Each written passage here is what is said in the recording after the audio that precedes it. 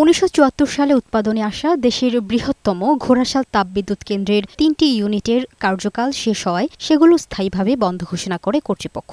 বর্তমানে একটি ইউনিট রক্ষণাবেক্ষণের জন্য সাময়িকভাবে বন্ধ রয়েছে। তবে আরও 3টি ইউনিট সচল থাকার পরও গ্যাসের সরবরাহ না থাকায় সেগুলো উৎপাদনে যেতে পারছে না। বিদ্যুৎ কেন্দ্রের যন্ত্রপাতি যেভাবে ক্ষতি হইতেছে, আমরা কর্মচারীরা ক্ষতিগ্রস্ত হইতেছে।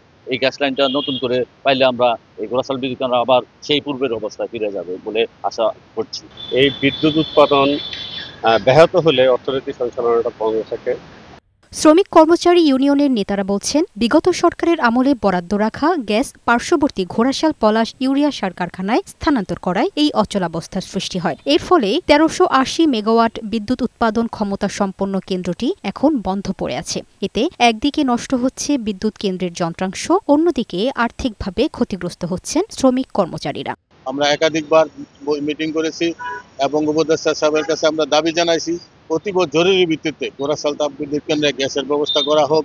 আমরা শ্রমিক কর্মচারী আমাদের সীমাহীন লাঘবের মধ্যে আছি, আমরা আমাদের সুযোগ সুবিধা থেকে বঞ্চিত হচ্ছি।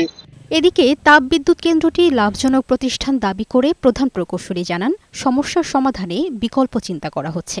অনুমোদিত প্রাপ্তি সাপেক্ষে যদি এই ডেডিকেটেড লাইনটা পাওয়া যায় তাহলে আশা করি যে আমরা ঘোড়াশাল বিদ্যুৎ কেন্দ্রে পুনরুজ্জীবিত ফিরে যাব এবং পূর্ণ ক্ষমতা চালাতে পারবো বলে আমি আশা করি। দ্রুত গ্যাস সরবরাহ নিশ্চিত করা গেলে পুনরায় উৎপাদনে ফিরতে পারবে দেশের বৃহত্তম ঘোড়াশাল তাপবিদ্যুৎ কেন্দ্র, এমনটাই মনে করছেন সংশ্লিষ্টরা।